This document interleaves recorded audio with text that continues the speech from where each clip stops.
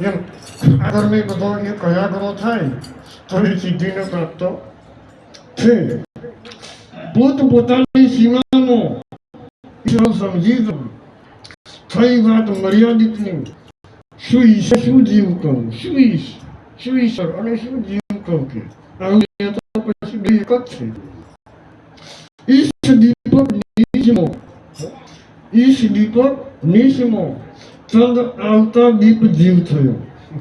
દીવો હરકાઈ નો હોય અંધારા, પણ ચાંદો ઉગે પેલો જીવ થાય તરત.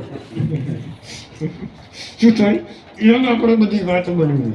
ચંદ્ર ઈશ પર સૂર આવે અને ચાંદો થયો, ચાંદો ઉગે પણ સૂર્ય આવે એટલે સૂર્ય ઈશ જીવ ચંદ જીવ ભયો. એ ચાંદો પછી પેલા આવવાથી જીવ થયું.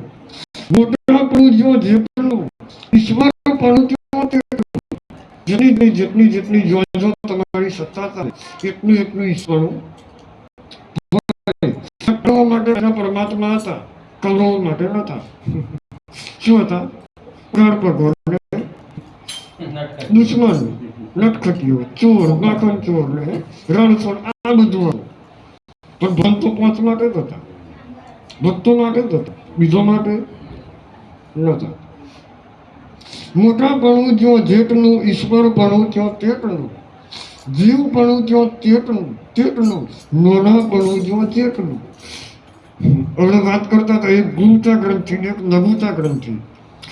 જો લઘુતા ગ્રંથિ જાય તો ગુરુતા ગ્રંથિ આવે, પણ એ ક્યારે? અને એને જ સદગુરુ માન્યા કહેવાય.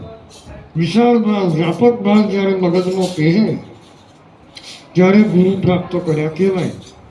લઘુતા જાય તો ગુરુતા થાય, અને ગુરુતા ભાવ પ્રાપ્ત થાય તો લઘુતા જાય. બરાબર? શું થાય? આમ તો મળી ગયા, પણ આ થવું જોઈએ તો મળ્યા, બાકી નહીં. બાકી વાતો સાંભળી. શું કહ્યું? વાતો. મોટાપણું જો જેટલું, ઈશ્વર પણ ત્યાં તેટલું, જીવ પણ ત્યાં તેટલું, નાનાપણું જો જેટલું. જેટલું નાનાપણું એટલું જીવ પણ. એટલે ધ્યાન રાખવું કે કોક ખૂણે જો નાનાપણું રહી જાય નહીં. શું એ ઈશિત્વ કર્તાનું સામા ઈશિત્વથી ટળે છે. અખંડ જેનું ઈશિત્વ તે હરિજ્ઞાની કરે, તે હરિજ્ઞાની કરે, તે પરમાત્મા થઈ જાય એ જ્ઞાની કરે. પ્રભાત અંગે જેની સત્તા તે ઈશ કહેવાય છે. આ અંગે જેની સત્તા તે ઈશ. અહીં જાણવા વાળાની સત્તા છે. કોની છે? આ બધાને જાણવા વાળાની.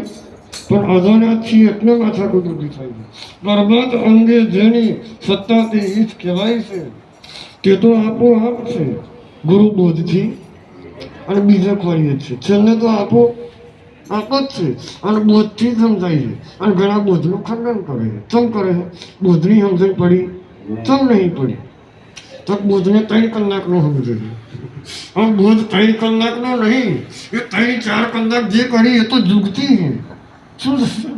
હવે બોધ કોને કહેવાય, જુગતી કોને કહેવાય એ જ ખબર નહીં. કે આવું બોલે આખું જીવન બોધ છે. શું છે? આખું જીવન બોધ ચાલુ જ છે. બોધ પૂરો થાય એવો 3-4 કલાક જે કરી એને જુગતી કહેવાય, એને બોધ કહેવાતો. પણ જુગતી બોધ કે શું કહે? એટલે એમનો બોધ પૂરો થઈ જાય છે. પણ આ પૂરો થતો, અને જેનો પૂરો થઈ ગયો એવા પછી ઉઈ જાય છે. પતી ગયું એમ. પ્રભાત અંગે જેની સત્તા તે ઈશ કહેવાય છે, તે તો આપોઆપ છે ગુરુ બોધથી એમ જાય છે. આંખ ઉપર સત્તા જાણવા વાળાની રાખવાની. કોણ ઉપર સત્તા? જાણવા વાળાની. અહીં સત્તા હોની, બધાની સત્તા તમારી હોવી જોઈએ. પણ આ જગ્યા ઉપર સત્તા કોની હોય? ઘણા ઘરવાળીની હોય, ઘણા ઢોરોની હોય, ઘણા પશુ પક્ષીની હોય, ઘણા ક્ષેત્રોની. બીજું બધું સત્તા કરીને બેઠું છે. એટલે આ ઈશિત્વ સિદ્ધિ પ્રાપ્ત થતી નથી. વશિત્વ સિદ્ધિ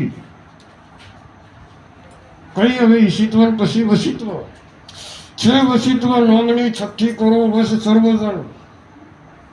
વાણી મીઠી, કર્મ પરહિત, શુભ વિચારો અને શુદ્ધ મન રાખો. આ વશિત્વ સિદ્ધિ કઈ સિદ્ધિ? વાણી કેવી રાખવાની? મીઠી વાણી, મીઠી, અને કર્મ પરહિત, બીજાનું કલ્યાણ કરે એવું કર્મ. વિચારો શુદ્ધ અને મન શુદ્ધ. હિત ઈચ્છે સર્વનું, બધાયનું કલ્યાણ ઈચ્છે. અમે બધાયનું કલ્યાણ ઈચ્છે,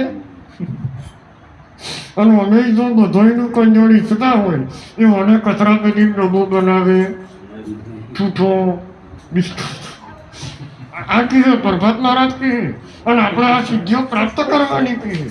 શું એ આ હું કે આ સીધું કહીએ તો કહું એવું લાગે, પણ આ તો આવા જ બોલું. આ સિદ્ધિ પ્રાપ્ત કરવી હોય તો હિત ઈચ્છે સર્વનું. ઓમનું ના ઈચ્છો તો ચાલશે તરત, પણ ઓનું તો કચરા પેટીનો ડબ્બો બનાવવાનો નહીં. બરાબર? હિત ઈચ્છે આ સર્વનું.